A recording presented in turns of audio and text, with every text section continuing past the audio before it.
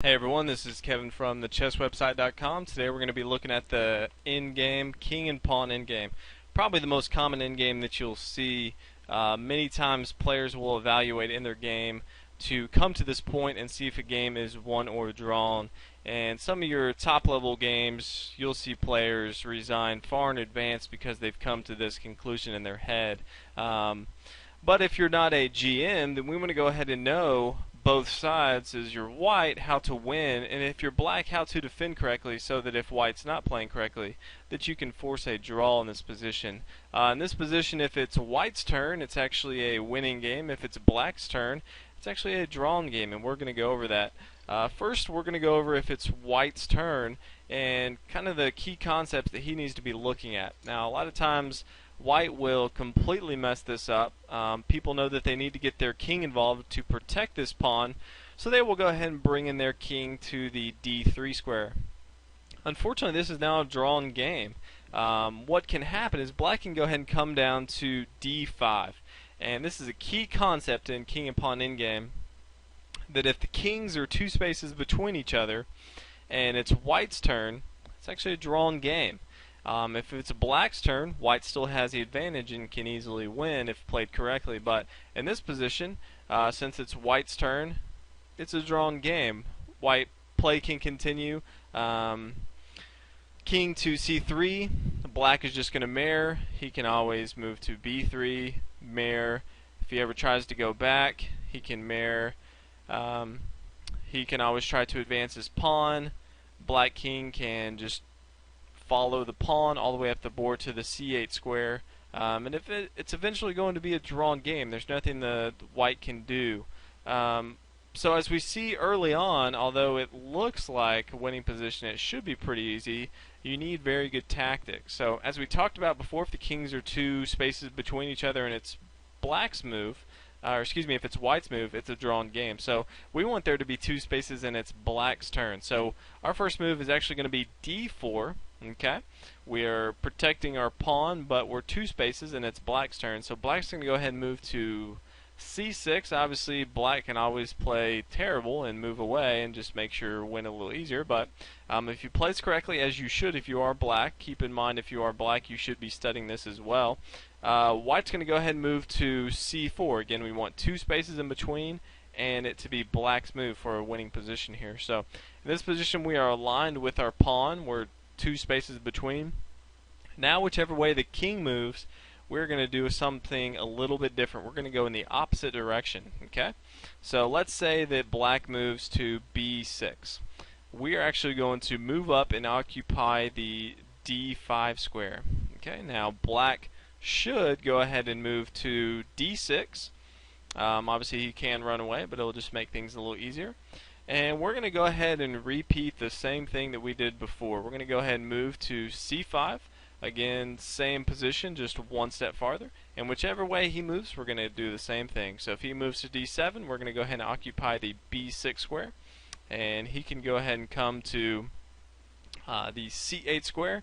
And right now we're not as concerned with the two space rule, because we're going to go ahead and start moving our pawn, but that will come into play in just a minute here.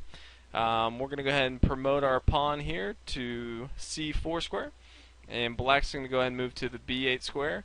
Now, technically on the we are two spaces, but again we're still moving our pawn, so we're going to go ahead and move our pawn one space, and now black moves, and now we're going to do the same thing as before.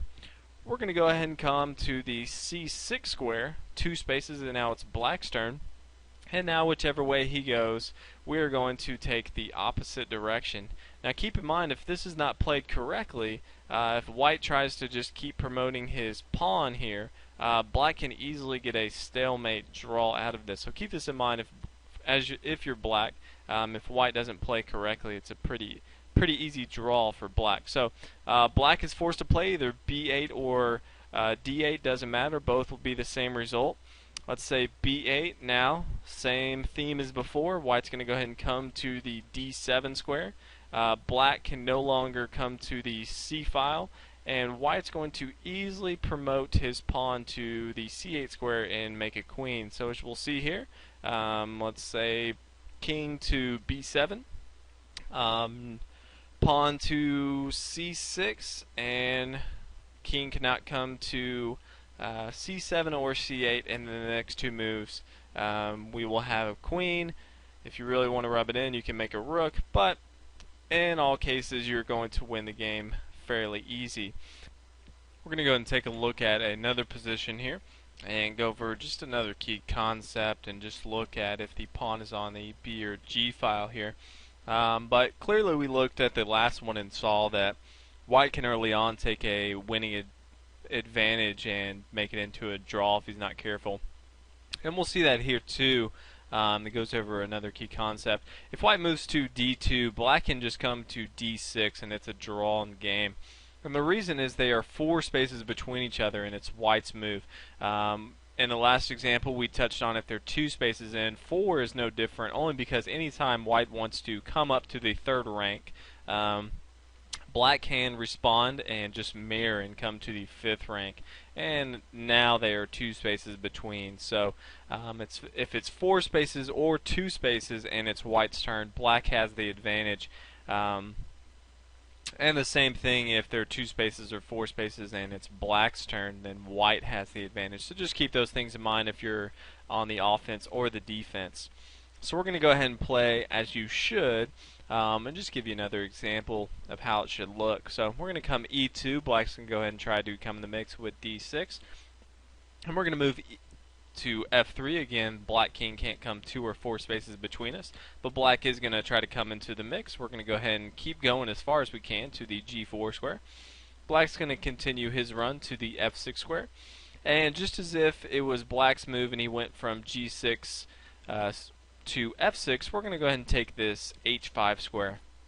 Now black's going to go ahead and try to retreat to the H8 corner. That's his best bet of drawing a stalemate or a draw. So he's going to come to the G7 square, and we're going to just repeat the same process. We're going to come to the G5 square, and whichever place he goes, we're going to go the opposite. So if he comes to the F7 square, we're just going to drop here to the H6 square, and then black's going to retreat to the H8 square, and then we're going to simply bring up our pawn and promote and win the game.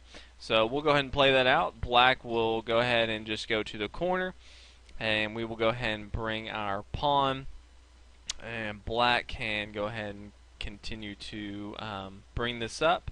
And just as before, we're going to use the same tactic that we always have. We're going to go ahead and move here, and we're 2 spaces between, and it's black's turn to move. Whichever way he doesn't go, we're going to go. So he's probably going to go to the H8 square, and we're going to go ahead and move our king to the F7 square. Now his king only has 1 spot to go, so it's going to go to the H7 square. We're going to go ahead and start promoting our pawn here and put him in check, and he's going to continue to retreat to the H8 square, and we're going to put him in check, and the only place he has to go is the H7 square, and we can easily promote to a queen, and from here go on to easily win the game. So hope this has helped as far as learning how the king pawn endgame works. If you ever find it in your own games, you will now be equipped to win pretty easy. If you do want some practice, you can actually visit my website where I've set up a few boards where you can play in different positions. That's thechesswebsite.com. It's also on my YouTube page. You can check that out. But go there, check it out. It's under Endgame and King and Pawn, and you'll see a couple puzzles there. But hope you enjoyed. Hope you learned a lot. Please subscribe to the videos so you know when new ones are coming out. I'm going to be having a lot of videos coming out in the near future. So hope you enjoyed, and see y'all next video.